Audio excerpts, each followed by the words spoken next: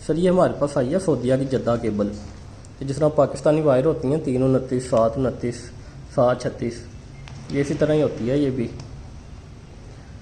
ये 329 है, ये चीज़ है, ये इसकी पैकिंग है। इसी तरह ये 729 है, देखिए 7 वायरें हैं पाकिस्तानी तारों की तरह। ये इनका पीवीसी ना हीट प्रूफ होता है, फायर प्रूफ, हीट प्रूफ। इसकी पैकिंग है, अभी आपको चेक भी करवाएंगे आग लगा के। इसी तरह ये 736 है।